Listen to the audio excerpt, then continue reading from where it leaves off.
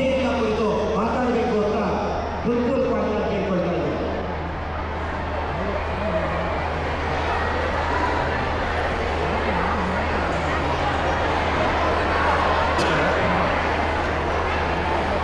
ಸರ್ವೋದಯ ಪ್ರೌಢಶಾಲೆಯ ವಾರ್ಷಿಕ ಸಮಾರಂಭದ ವೇದಿಕೆ ಮೇಲೆ ಆಸೀನರಾಗಿರ್ತಕ್ಕಂಥ ಸರ್ವೋದಯ ವಿದ್ಯಾಸಂಸ್ಥೆ ಅಧ್ಯಕ್ಷರಾದ ಶ್ರೀ ಹಿರಿಯರಾದ ಶ್ರೀ ಜಿ ಸೀತಾರಾಮ್ ಅವರು,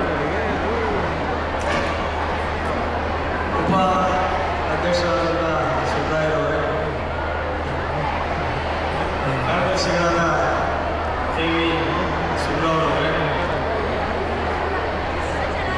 ಜಂಟಿ ಕಾರ್ಯದರ್ಶಿಯಾದಂಥ ವರದರಾಜ ಅವರೇ, ಈ ಶಾಲೆಯ ಎಲ್ಲ ಕಮಿಟಿಯ ಸದಸ್ಯರೇ, ಈ ಶಾಲೆಯ ಮುಖ್ಯ ಶಿಕ್ಷಕರೇ, ಶಿಕ್ಷಕ ಬಂಧುಗಳೇ, ಪೋಷಕರೇ, ವಿದ್ಯಾರ್ಥಿಗಳೇ, ಇಲ್ಲಿ ಆಗಮಿಸಿರ್ತಕ್ಕಂಥ ಎಲ್ಲ ಆತ್ಮೀಯ ನೆಚ್ಚಿನ ಸಜ್ಜನ ಬಂಧುಗಳೇ, ಶ್ರದ್ಧೆಯ ತಾಯಂದಿರೇ, ಒಂದು ವಿಶೇಷವಾದ ಕಾರ್ಯಕ್ರಮದಲ್ಲಿ ನಾವೆಲ್ಲರೂ ಭಾಗಿಯಾಗಿದ್ದೇವೆ.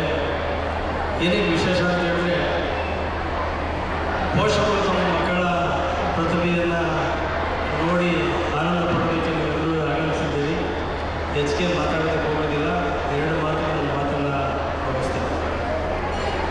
ಆತ್ಮೀಯರೇ, ಶಿಕ್ಷಣ ಕೇವಲ ಪುಸ್ತಕಕ್ಕೆ ಮಾತ್ರ ಸೀಮಿತ ಆಗಿರತಕ್ಕಂಥ ವಿಚಾರ ಅಲ್ಲ.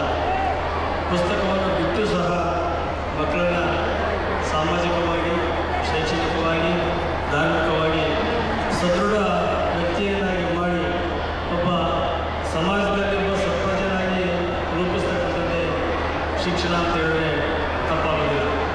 ಹಲವಾರು ದಾರ್ಶನಿಕರು ಹೇಳ್ತಾರೆ, ಶಿಕ್ಷಣ ಅಂತ ಹೇಳಿದ್ರೆ ಮಗುವಿನ ವರ್ತನೆಯಲ್ಲಿ ಆದಂಥ ಬದಲಾವಣೆಯೇ ಶಿಕ್ಷಣ ಅಂತ ಹೇಳ್ತೇವೆ. ಮಗು ಪರಿಸರಕ್ಕೆ ಸಮರ್ಪಕವಾಗಿ ಹೊಂದ್ಕೊಳ್ಳೋದೇ ಶಿಕ್ಷಣ ಅಂತ ಹೇಳಿ ದಾರ್ಶನಿಕರು ಹಲವಾರು ಕಡೆ ಪ್ರಸ್ತಾಪವನ್ನು ಮಾಡಿದ್ದಾರೆ. ಸುಮಾರು ಜನ ಪೋಷಕರು ಬಂದಿದ್ದೀರಿ. ಸಾಮಾನ್ಯವಾಗಿ ಈ ಸ್ಪರ್ಧಾ ಪ್ರಪಂಚ ನಾವೆಲ್ಲರೂ ಸಹ ಜೀವನವನ್ನು ನಡೆಸ್ತಾ ಇದ್ದೇವೆ. ಯಾವುದೇ